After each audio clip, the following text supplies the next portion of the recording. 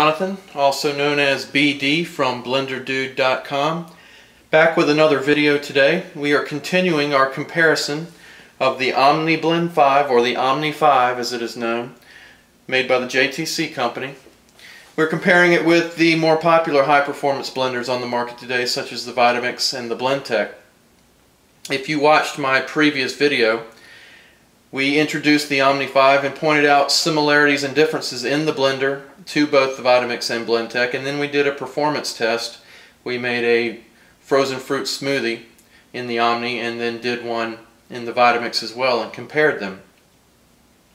Today we're going to continue the comparison, only this time we will use the Blendtec Total Blender, and this will be a power-based test in which we will make the exact same hot soup in the Blendtec as we do in the Omni. We will use the same ingredients, run them both for the exact same length of time on the exact same speed, and then we will take a temperature test at the end of which we can compare the temperatures, and if there is any significant difference between them, then we might be able to discern that one blender is more or less powerful than the other. Now, I'm not going to compare the Vitamix today because I've already compared the Blendtec with the Vitamix in the same test, so you can just extrapolate from this test how the Omni would stack up to the Vitamix in the exact same test. Now, if you didn't watch my previous video, the OmniBlend 5 is not a new blender. It's been on the market for a while. It's simply new to my website. I'm just now offering it. It's available at BlenderDude.com. This is a very nice blender. I've only used it for a couple of months, however. I've been impressed with it, but I've got years and years of demonstration and personal experience with the Blendtec. I only have a few months experience with this machine. I have been impressed with it, but I'm nowhere near as expert with it as I am with this machine. Obviously, the Blendtec and the Vitamix are American-made products with a very nice 7-year warranty. The OmniBlend 5 is made in China. However, it also comes with a very nice comprehensive 7-year warranty. The warranty service and the customer service are both handled in the United States. So if you ever needed help with the machine, or if you had a question with it, you could call the 1-800 number. You would reach someone in the United States. If you needed to reach them by email, in my limited experience with them, they are very friendly and very responsive. So I have no reason to believe that you would not be very well supported and the warranty would be backed should you decide to purchase the OmniBlend 5. Alright, let's do our test today. We are going to make a tortilla soup or a vegetable soup. I'm pretty sure it's the exact same recipe that I used in the previous video. The first thing we're going to do is load the same ingredients into both jars. I will take a temperature reading on the water that we use for the soups to make sure it's consistent. Now, the internal temperature of the vegetables that we use may be slightly different than the internal temperature of the vegetables we used in the other video, so the ending temperatures might differ from the previous video, but that doesn't matter because we are using the same vegetables at the same temperature for this test. So let's go ahead and load both jars. I only had 3 Roma tomatoes, so I'm going to load 1.5 into each jar. First the Blendtec, then the Omni. I'm going to load a stick of celery into both, a nice chunk of carrot, raw carrot, into both, a sliver of red onion goes into both, nice slice of green bell pepper will go into both, and roughly the same size handful of cilantro will go into both. And we're going to add some black pepper. I'm actually going to have this for lunch when I'm finished, so I'm going to go ahead and season this up. You could use any seasoning you wanted. Taco seasoning would make this a tortilla soup. And here is the water we're going to be using. It's room temperature right now. It doesn't really matter what temperature you start with, but in this instance, our water is right at 75 degrees, right about room temperature. I'm going to add exactly 8 ounces into both jars.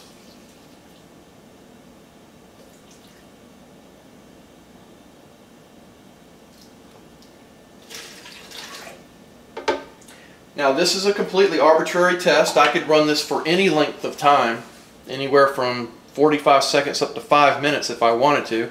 The length of time is not important. What is important is that we use the same speed for both, or the high speeds for both, and that we run them for the exact same length of time.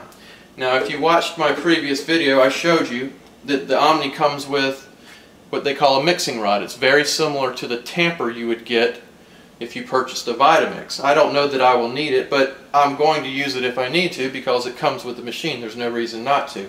Obviously you will not use it with the Blendtec because it does not come with one. Also in the previous video I introduced the push button technology that comes with both machines. Both have pre-programmed cycles where you can press the button, walk away from the machine, and the machine will shut itself off. The soup cycle on the Blendtec is exactly 90 seconds and it runs on the highest speed on the Blendtec. The Omni 5 has a 90-second high-speed cycle as well. However, this is pre-programmed to intermittently stop or slow down and restart to make sure the ingredients are being fully incorporated.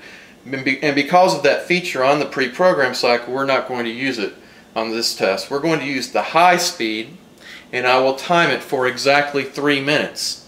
So we will have run both machines for the exact same time on the same speed. On the Blendtec soup cycle, it's 90 seconds, so I will run that twice for a total of 3 minutes, and again I will run the Omni cycle for exactly 3 minutes and I'll stop it manually. Now I'm not going to edit the video. I'm going to let the blend run for its entirety, so you probably don't want to watch 6 minutes of total blending. What I suggest you do, come back in exactly 3 minutes from now. We'll do a temperature test on the Blendtec, and then I will run the Omni for 3 minutes. You can come back then and we will compare the two temperatures. So here we go, 3-minute test with the Blendtec, which is 2 90-second soup cycles.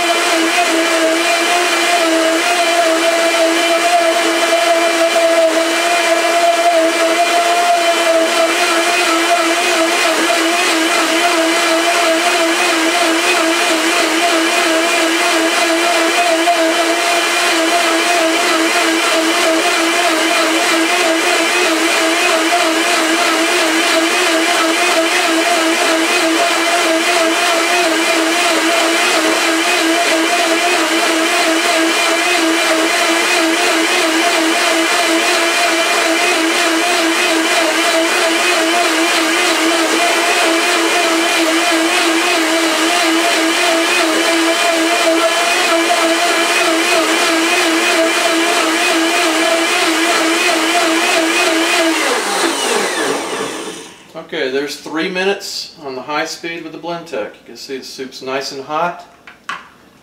Our internal temperature, 134. I believe in the previous video it was right around 131, which is fine because again the internal temperature of the vegetables may be a little bit different. Now I'm going to use the high speed on the Omni for exactly 3 minutes. Let me get my timer set. And again, if I need to use the tamper, I will. So here we go, 3 minutes exactly on the Omni.